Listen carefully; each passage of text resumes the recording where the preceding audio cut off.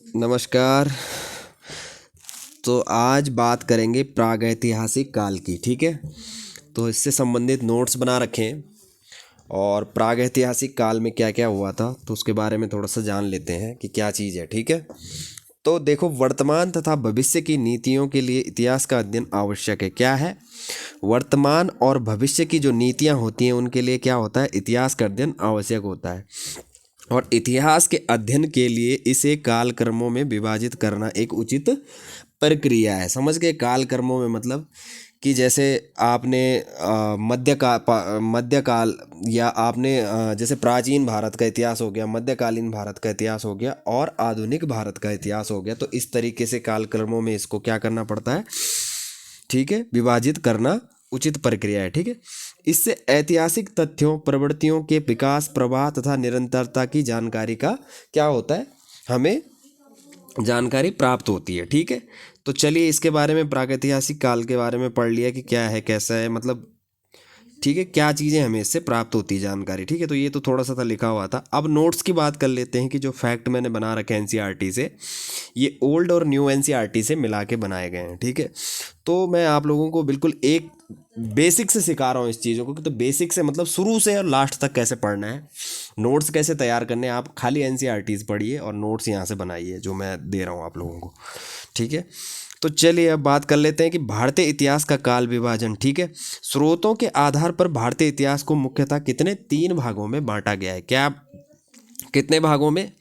3 भागों में बांटा गया है। सबसे पहला है आपका प्रागैतिहासिक काल में। देखो, प्राचीन इतिहास का वह काल है, क्या है? सबसे पहला है प्रागैतिहासिक काल। प्राचीन इतिहास का वह काल है जिसके लिए कोई लिखित साक्ष्य उपलब्ध नहीं था। क्या नहीं था? कोई लिखित साक्ष्य नहीं था इस चीज़ का। और तथा जिस काल में मानव का जीवन अपेक्षाकृत पूर्णतया सभ्य नहीं था, प्रागैतिहासिक काल कहलाता है। समझ गए?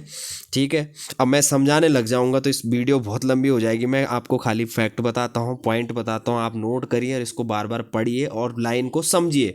जहाँ पे नहीं समझ में आता है आप मुझे कमेंट सेक्शन में कर सकते हैं। ठीक है, तो चलिए, दूसरा है आपका आद्य ऐतिहासिक काल। आद्य ऐतिहासिक काल उस काल को कहा जाता है जिसमें क्या हुआ? पुरातात्विक साक्ष्य तो मिले, साथ ही लिखित साक्ष्य भी मिले। समझ गए? देखो, पुरातात्विक साक्ष्य भी मिले और लिखित साक्ष्य भी मिले, लेकिन उन्हें पढ़ा नहीं जा सका।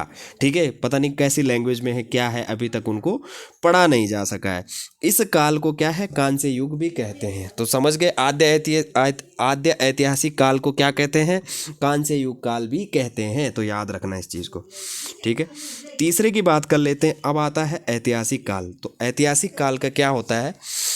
ऐतिहासिक काल को उस काल को कहा जाता है जहां लेखन कला उपलब्ध थी तथा इसे पढ़ने में सफलता भी प्राप्त हो गई। कहाँ क्या हो गई? ठीक है, लेखन, देखो इसमें क्या थी, देखो ऐतिहासिक काल में क्या हुआ कि उस काल को कहा जाता है जहां लेखन कला भी उपलब्ध थी। समझ गए? लिखने की कला, तथा इसे पढ़ने में सफलता भी प्राप्त हो गई। लगभग 600 ईस्वी पूर्व के बाद का काल ऐतिहासिक काल कहलाता है। तो याद रखना। ठीक है, तो ये 3 भागों में इसको बांटा गया है। ठीक है, अब बात कर लेते हैं कि प्रागैतिहासिक काल में तो क्या क्या जो प्रागैतिहासिक काल था, अभी हम बात कर रहे हैं मतलब प्रागैतिहासिक काल की बात कर रहे हैं। ठीक है, तो प्रागैतिहासिक काल, आद्य ऐतिहासिक काल, ऐतिहासिक काल, इनके बारे में बाद में पढ़ेंगे। पहले हम पढ़ेंगे प्रागैतिहासिक काल के बारे में। ठीक है, पहले उससे संबंधित नोट्स आप नोट कर लीजिए। तो सबसे पहले बात कर लेते हैं प्रागैतिहासिक काल की। ठीक है, तो भारत में प्रागैतिहासिक काल की अवस्था पाषाण काल के रूप में परिभाषित की जाती है। क्या कही जाती है? पाषाण काल को ही क्या कहते हैं? प्रागैतिहासिक काल। ठीक है, प्रागैतिहासिक काल किसको बोलते हैं? पाषाण काल के रूप में क्या किया जाता है? परिभाषित किया जाता है। तो याद रखना, इसे विशेषतः 3 भागों में विभाजित किया जाता है। अब प्रागैतिहासिक काल को भी 3 भागों में विभाजित किया गया है। समझ गए? तो इसमें सबसे पहला क्या है? देखो, पुरापाषाण काल हो गया आपका, मध्य पाषाण काल हो गया आपका और नव पाषाण काल हो गया। तो 3 भागों में इसको विभाजित किया गया। किसको किया गया है? आपके प्रागैतिहासिक काल को 3 भागों में विभाजित किया गया है, याद रखना, ठीक है।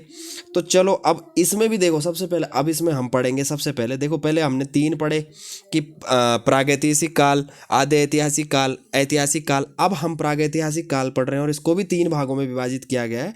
तो सबसे पहले हम पढ़ेंगे पुरापाषाण काल के बारे में, ठीक है। अब यहाँ क्या है, देखो, आखेटक और संग्राहक, ठीक है। चैप्टर दूसरा है एनसीईआरटीज़ का, आप देख सकते हैं एनसीईआरटीज़ में। मैं बताता हूँ आप लोगों को कौन कौन से चैप्टर हैं एनसीईआरटीज़ के। तो देखो, एनसीईआरटीज़ की जो 6 क्लास की एनसीईआरटी है उसका चैप्टर नंबर 2 है आखेटक संग्रह, खाद्य संग्रह से भोजन उत्पादन तक, ठीक है। ओल्ड एनसीईआरटीज़ का आपका आदि मानव चैप्टर फर्स्ट है। ओल्ड एनसीईआरटी के अगर आप 11th क्लास या आप 9th क्लास की एनसीईआरटी उठाते हैं तो 9th क्लास की आपकी चैप्टर फर्स्ट मिल जाएगा आपका प्रागैतिहासिक काल।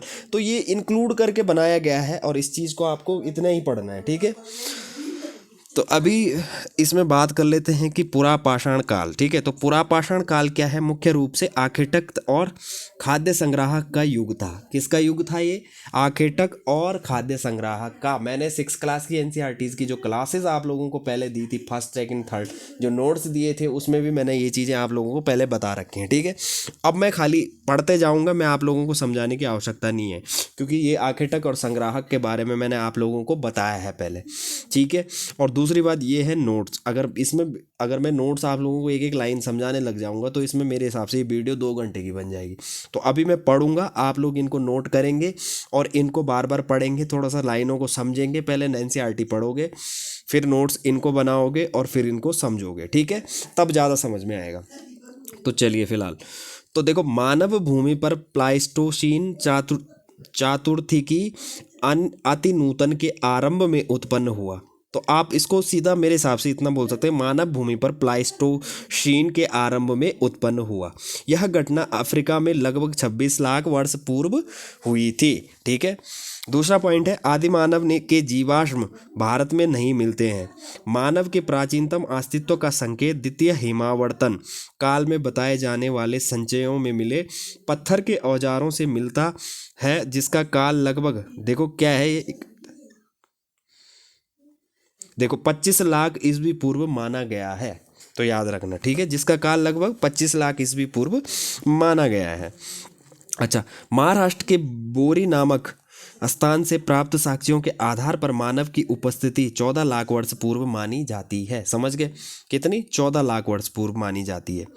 भारत में आदि मानव पत्थर, अब यहाँ से पढ़ते हैं, ठीक है। तो भारत में आदि मानव पत्थर के अनगढ़ और अपरिष्कृत औजारों का प्रयोग करता था। किसका करता था, पत्थरों के, ठीक है।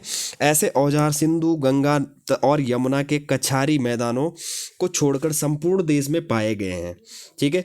पुरापाषाण काल के औजार छोटा नागपुर के पठार से प्राप्त हुए हैं, जो कि 1 लाख वर्ष ईस्वी पूर्व के हो सकते हैं। ऐसे औजार जिनका समय 20,000 ईस्वी पूर्व और 10,000 ईस्वी पूर्व के मध्य है, आंध्र प्रदेश के कुर्नूल शहर से लगभग 25 किलोमीटर की दूरी पर मिले हैं। तो याद रखना इन पॉइंटों को।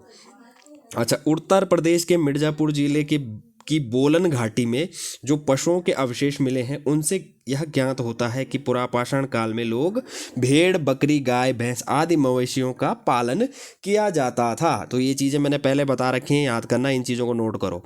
भारत की पुरापाषाण कालीन सभ्यता का विकास प्लाइस्टोसीन काल या हिमयुग में हुआ था। तो आप इसको बोल सकते हैं विकास हिमयुग में हुआ था। भारत में लक्षित मानव की प्रथम उपस्थिति मध्य प्लाइस्टोसीन या मध्य हिमयुग के अर्थात 5 लाख वर्ष पूर्व नहीं थी, ठीक है, वर्ष से पूर्व नहीं थी, ठीक है, उससे पूर्व नहीं थी, ये नहीं थी है, ठीक है, याद रखना।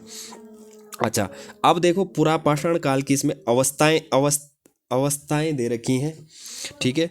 पुरापाषाण की काल की अवस्थाओं को मुख्यतः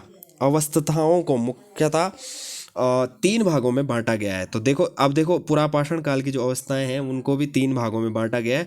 उसमें आती है सबसे पहले निम्न पाषाण काल। तो इसके बारे में पढ़ लेते हैं। तो निम्न पाषाण काल को हम पढ़ेंगे कि अवधि 5 लाख ईस्वी पूर्व से 50,000 ईस्वी पूर्व के मध्य निर्धारित की गई है। कुल्हाड़ी या हस्तकुठार, हंड एक्स, बिदारणी और खंडक का उपयोग इसे काल की विशेषताएं हैं। तो ये 3 चीज़ें जो हैं वो क्या है, इस काल की विशेषताएं हैं। निम्न पुरापाषाण काल के स्थल वर्तमान में पाकिस्तान में स्थित पंजाब की सोअन और सोहन नदी की घाटी में पाए जाते हैं। अनेक स्थल कश्मीर और थार मरुभूमि में मिलते हैं, तो याद रखना, ठीक है। अच्छा, निम्न पुरापाषाण काल के औजार उत्तर प्रदेश के मिर्ज़ापुर जिले की बोलन घाटी में भी पाए गए हैं। राजस्थान की मरुभूमि में डिडवाना क्षेत्र में तथा नर्मदा की घाटियों में और मध्य प्रदेश के भोपाल के पास भीम बेटका की गुफाओं और शैलाश्रयों में मिले औजारों को 1 लाख वर्ष ईसवी पूर्व के हैं। तो याद रखना, ये जरूर भीमबेटका की गुफाओं के बारे में याद रखना। ये चीज़ें मैंने पहले आप लोगों को बताई है। आप लोगों को ऐसे में अच्छा लगता है नोट्स पढ़ना, या जिस तरीके से मैं चैप्टर वाइज बताता हूँ वो आप लोग मेरे को वीडियो में कमेंट करके बता सकते हैं, ठीक है। इस तरीके से देने या जो पहले मैं दे रहा था जिस तरीके से, उस तरीके से देने हैं, ठीक है।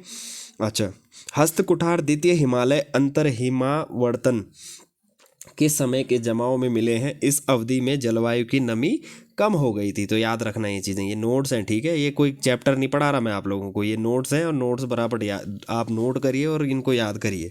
अच्छा, मध्य पाषाण काल की अवधि क्या थी? 50,000 ईस्वी से 40,000 ईस्वी पूर्व के मध्य निर्धारित की गई। इस काल में उद्योग मुख्यतः पत्थर की पपड़ी से बनी वस्तुओं का था। ये पपड़ियाँ संपूर्ण भारत में पाई गई हैं, तो याद रखना। मध्य पुरापाषाण काल के मुख्य औजार फलक, वेधनी, छेदनी और खुरचनी हैं। इस काल के स्थल जिस क्षेत्र में मिलते हैं उसी क्षेत्र में निम्न पुरापाषाण स्थल भी पाए जाते हैं, ठीक है। अच्छा, इस काल में एक प्रकार की सरल बटिकाश्म उद्योग, पत्थर के गोलों से वस्तुओं का निर्माण, ठीक है। तो बटिकाश्म उद्योग किसको बोला जाता है? पत्थर के गोलों से वस्तुओं का जो निर्माण किया जाता है, स्थापित थे, जो तृतीय हिमावर्तन के काल के थे।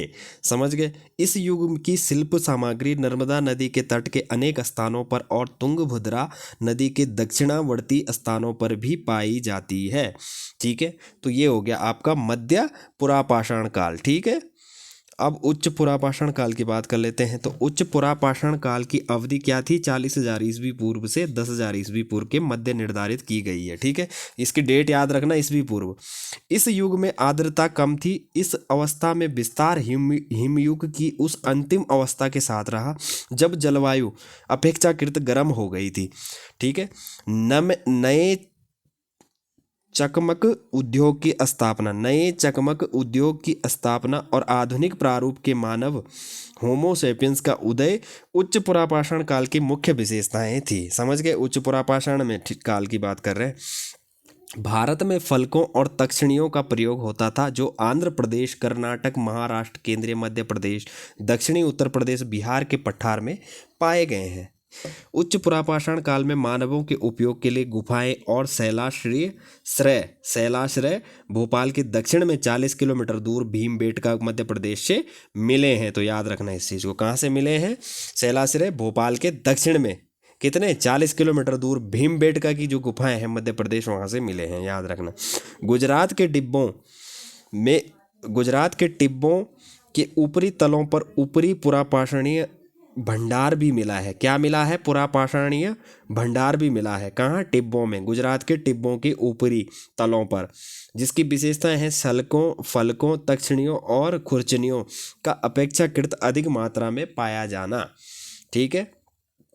तो ये हो गया आपका पुरापाषाण काल, जिसके बारे में हम बात कर रहे थे कि पुरापाषाण काल, ठीक है। अभी हमने पढ़ा है खाली पुरापाषाण काल। अगर मैं इसमें तीनों काल डाल देता तो ये नोट्स बहुत ज़्यादा हो जाते, ठीक है। तो अभी के लिए पुरापाषाण काल, कल मैं मध्य पाषाण काल और नवपाषाण काल की एक साथ वीडियो बना सकता हूँ। तो इन दोनों के बारे में मैं आप लोगों को कल बता दूंगा। इन दोनों से संबंधित नोट्स मैं आप लोगों को कल दे दूंगा, ठीक है। तो ये पढ़ा हमने, प्रागैतिहासिक काल को विभाजन करा गया है, 3 भागों में विभाजन करा गया है और इनको जानना जरूरी है। समझ गए? ठीक है। तो ये हो गया आपका प्रागैतिहासिक काल का पुरापाषाण काल, ठीक है। कल पढ़ेंगे मध्य पाषाण काल के बारे में और नवपाषाण काल के बारे में, ठीक है। तो चलिए फिलहाल इस वीडियो में इतना ही। वीडियो अच्छा लगेगा तो लाइक करना और चैनल में नए होंगे सब्सक्राइब ज़रूर करना, ठीक है। और PDF आप लोगों को टेलीग्राम में मिल जाएगी। तो चलिए फिलहाल मिलते हैं नेक्स्ट वीडियो में। धन्यवाद।